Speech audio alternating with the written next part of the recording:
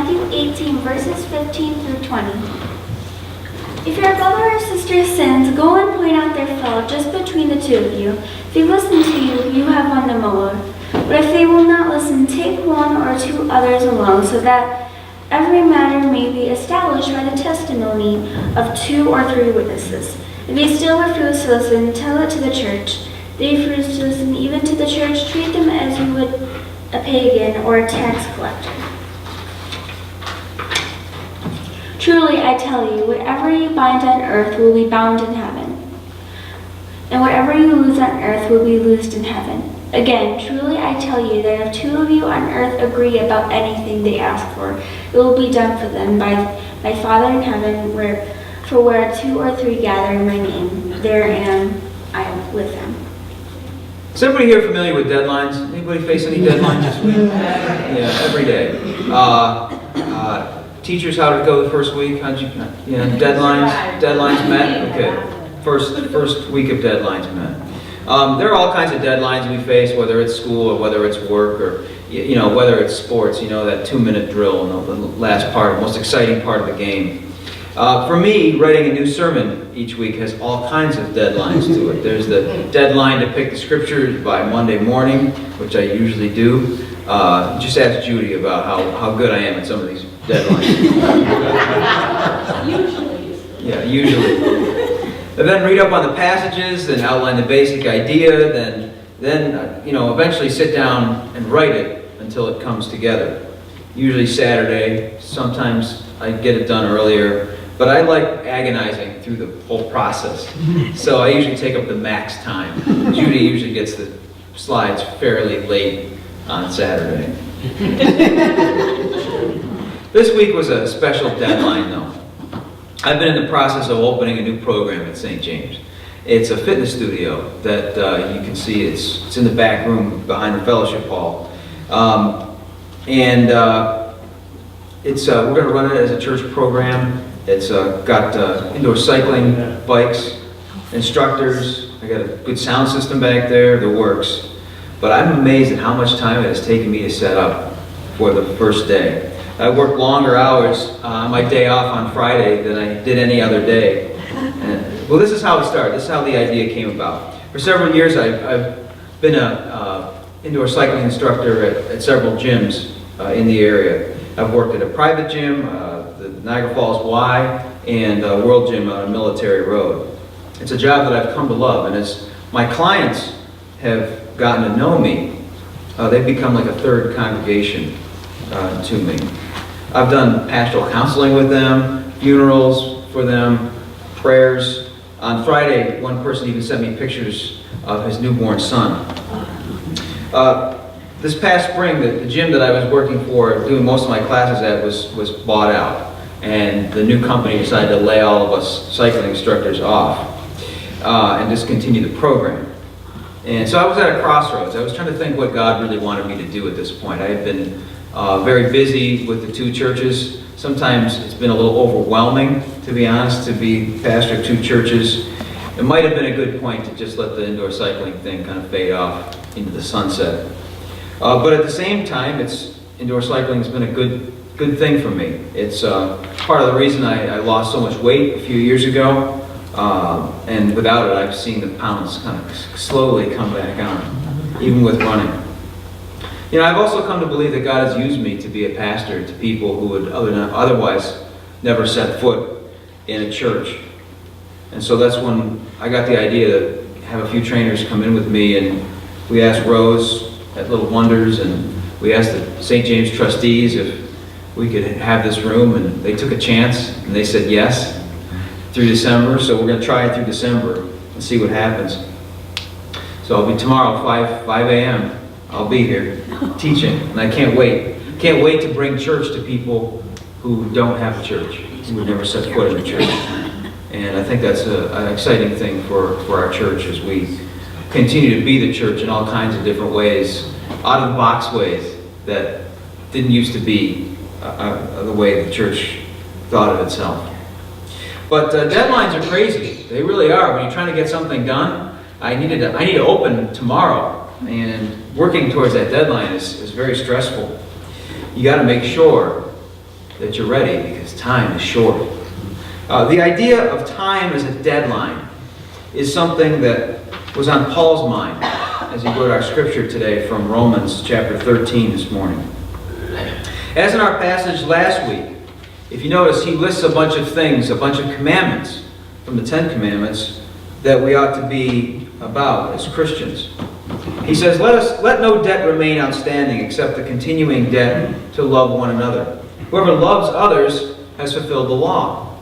The commandments: you shall not commit adultery, you shall not murder, you shall not steal, you shall not covet, and whatever other command there may be, are summed up in this one command: love your neighbor as yourself. Love does no harm to a neighbor, therefore love is the fulfillment of the law. Now before we go on any further, did you catch that last part? Love is the fulfillment of the law. If you want to follow the law, what do? All you have to do is obey it, right? Just obey the law. But that's not really good enough in the church. The church has never been at its best when its focus has been on obedience to the law. In fact, some of the worst times in church history have been around the idea of obedience. Because when we focus on obeying God's law, too often in our history, we stray far from the spirit of the law. Paul wants us to make sure that we understand the whole point of the law. It's not so much about following the law as it is about fulfilling the law. And this is where Jesus broke away from the legalistic traditions of his day. The greatest commandment is not to obey. The greatest commandment is to love. Love the Lord your God with all your heart, soul, strength, and mind, and love your neighbor as you love yourself. To love. Love is at the center of all that we do as a church, because love is at the center of God's character. Not the law, but love.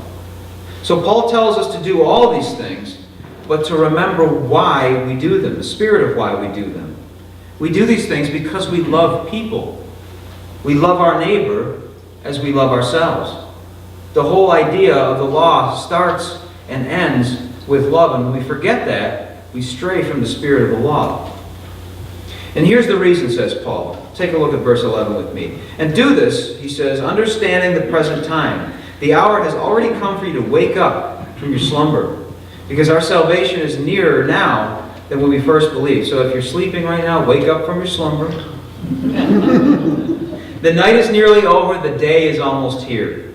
Let us put aside the deeds of darkness and put on the armor of light. Paul says the time is short. There's some urgency behind Paul's words. Too short to get this wrong or to do things for the wrong reasons. There's a pastor I know who starts every new appointment that he has. So every church he starts with his administrative board this way. He says to them, I don't have time to play church. We have to be the church. And he doesn't play around. He very quickly goes about cutting all the things that don't have to do with the mission of the church. You can imagine how well he's liked at first. Now, how is it that he gets away with that? Well, he's so focused on being the church right away that there's the right way, that soon any doubt is removed by the results from within the church and outside the church. Because people start to get along better when we focus on doing church the right way. New people discover the church when we focus on doing the church the right way. Lives are changed. Neighborhoods are changed. Now, this guy is someone you might be familiar with. His name is Reverend Mike Slaughter. He's the pastor of Ginghamsburg United Methodist Church outside of Dayton, Ohio. And if you speak with him or you hear him speak, he's a bit arrogant. He knows he's right. The church itself that he preaches is large. But through its ministries, it has renewed and rebirthed many United Methodist churches throughout Southeast Ohio. And I believe that we could do the same sort of thing in our own way, in our own style, right here around Niagara Falls. But in order to do that, we have to understand what Paul is talking about here. Time is short. Time is of the essence. Don't mess around in the darkness, but put on the armor of light. Don't fumble away the time that God has given you on inconsequential things.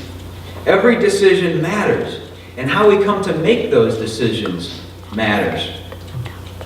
And Jesus says we have the authority to make decisions. We ought to make courageous and bold decisions. Take a look at Matthew chapter 18 with me. If you look in your pew Bibles or the Bibles that you carry with you, you might have this heading over these verses that says, dealing with sin in the church. That's actually inappropriate for the passage. Because this passage doesn't really so much deal with sin itself. It deals with the authority of the church. Jesus' instructions about dealing with someone who sins are couched on two sides. One with the parable of the lost sheep beforehand, and the number of times we should forgive someone after.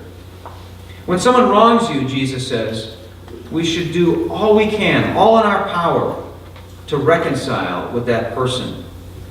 Now, I know that reconciliation is hard work. It's often very unpleasant work, because you have to look someone in the eye when you want to make that relationship whole again. It's hard when the relationship is broken to look someone in the eye, isn't it? Even if they're in the wrong, what is it easier to do? Just avoid them, right? Just leave things broken, get away from there.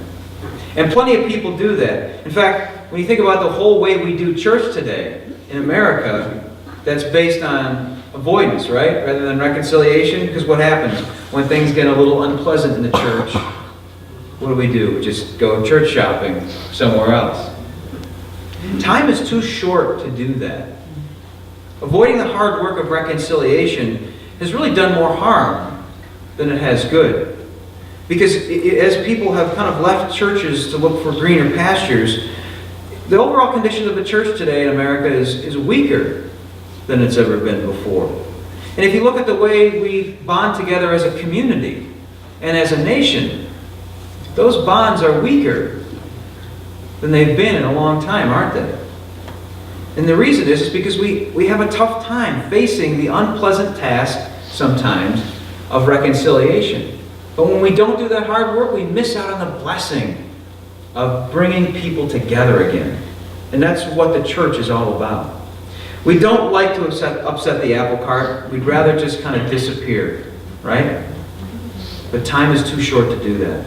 Fixing our churches means that we're called to live out a lifestyle of reconciliation, because God is in the business of bringing people together. God is in the business of fixing broken relationships and broken people.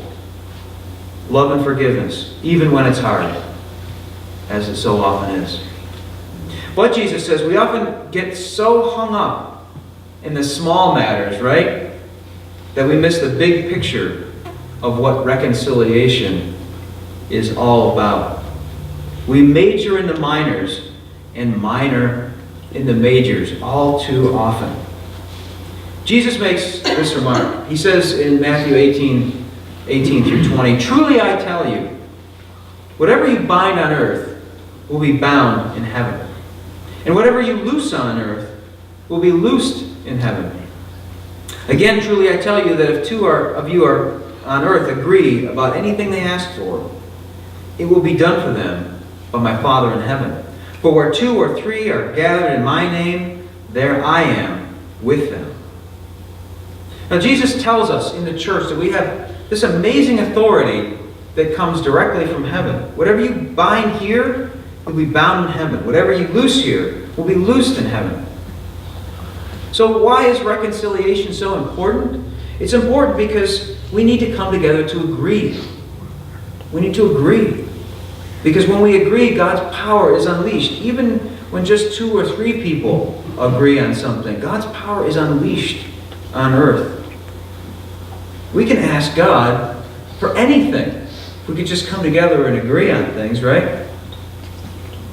We can dream big, impossible dreams, and it can happen. So do we do that? Do we use that authority that God has granted us? Well, probably not as constructively as we could, right? And sometimes we don't even use this or think about this at all. We just kind of don't bother. But time is short.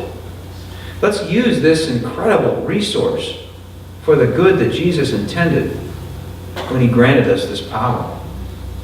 Let's not play games with the church, but let's love earnestly from the heart.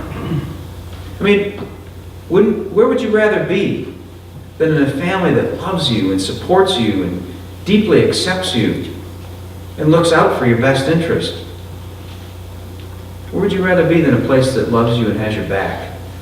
And that's what the church is all about. Church has the potential to be the greatest family the world has ever known. Even with our imperfections, we all have them. And at various points in our history, we've actually done that. You can see at various points in the church, or various places in the church, where that happens, and where that's continuing to happen.